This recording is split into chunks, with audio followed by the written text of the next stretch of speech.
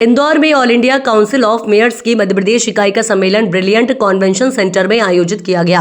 कार्यक्रम में मुख्यमंत्री डॉक्टर मोहन यादव वो भोपाल से और नगरीय प्रशासन मंत्री कैलाश विजयवर्गीय जयपुर से वर्चुअली जुड़े।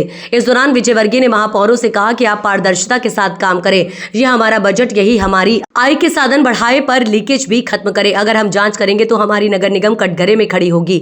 इस पर कांग्रेस और आम आदमी पार्टी के मेयरों ने कहा कि देश और प्रदेश में आपकी ही सरकार है, जांच कराने से किसने रोका है।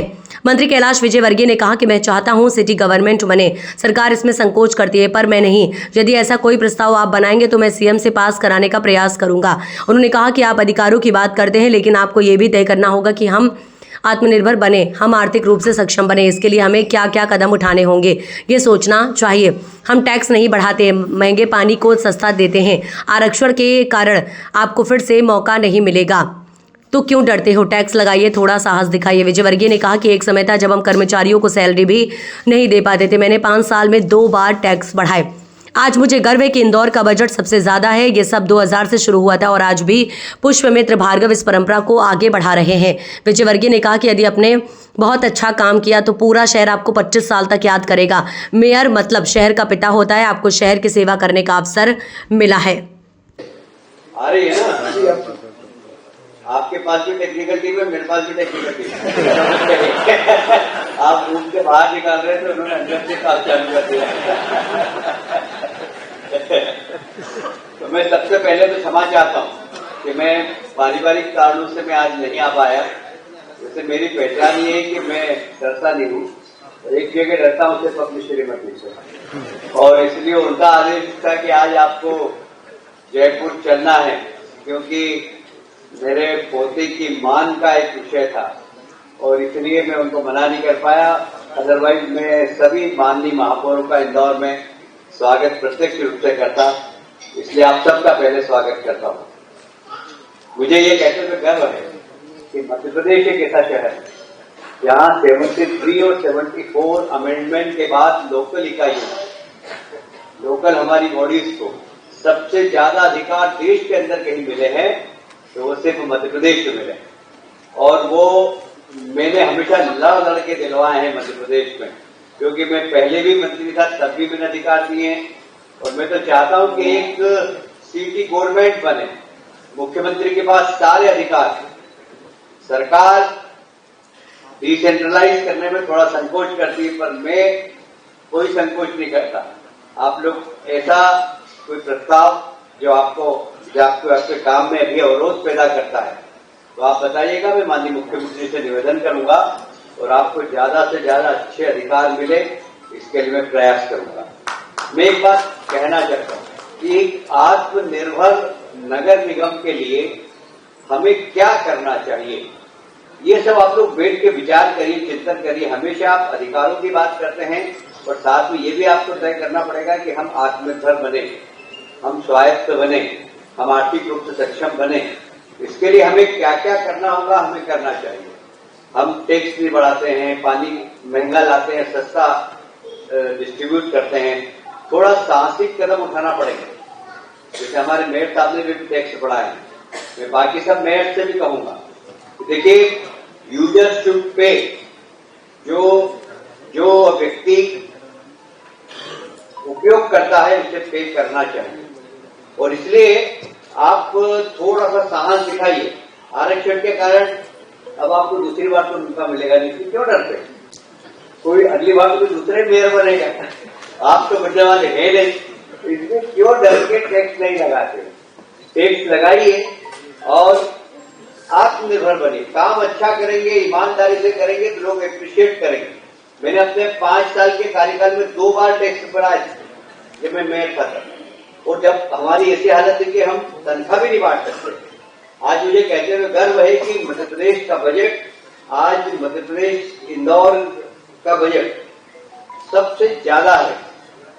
सारी नगर निगम मिला लो, इंदौर को मिला, इतना बजट है इंदौर का। और 2000 से हुई है और आज अभी भी हमारे पुष्पमित्र भार्गव जी उस परंपरा का निर्वहन कर रहे हैं। इसलिए मैं सभी माननीय महापौर से कहूंगा कि आप पारदर्शी तरीके से काम करिए, आप लीडर होके काम करिए। आप जब पारदर्शी तरीके से काम करेंगे, लीडर होके काम करेंगे बिल्कुल अपना एकदम ट्रांसपेरेंट काम करेंगे और आप बताएंगे ये नगर निगम का बजट है, ये हमारी आय है, ये हमारा व्यय है, हमें नगर निगम को चलाने के लिए टैक्स लगाने की जरूरत है। और बता के टैक्स लगाइए। मुझे मालूम है कि आप पानी महंगा लेते हो और सस्ता बेच रहे हैं, क्योंकि बहुत अच्छी प्रैक्टिस नहीं है, और इसलिए आप लोग टैक्स भी लगाइए, टैक्स बढ़ाइए, लीकेज कम करिए।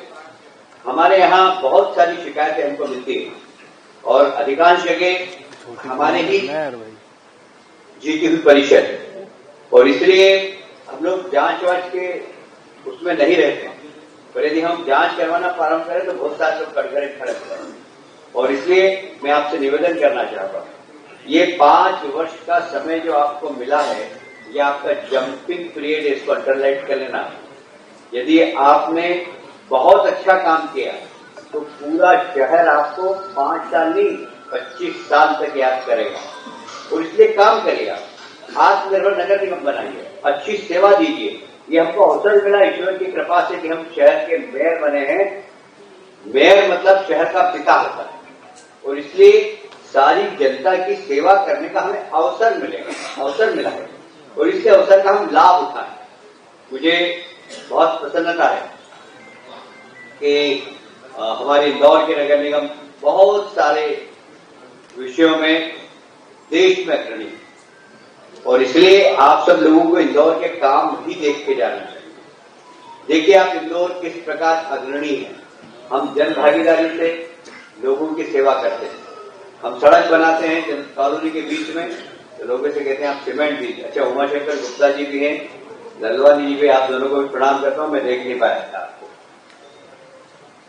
हम जन भागीदारी से यहाँ पर बहुत काम करते हैं, और देखिए इंदौर में रिकॉर्ड बनाया है जन भागीदारी में। आप भी जन भागीदारी से काम करिए, बगीचे बनाइए। जैसे इंदौर हो गया, ग्वालियर हो गया, आपका जबलपुर हो गया, यहाँ पर उद्योग भी हैं और व्यवसाय भी अधिक है, तो वहाँ पर टैक्स देने में आमजन को कोई दिक्कत नहीं होती है।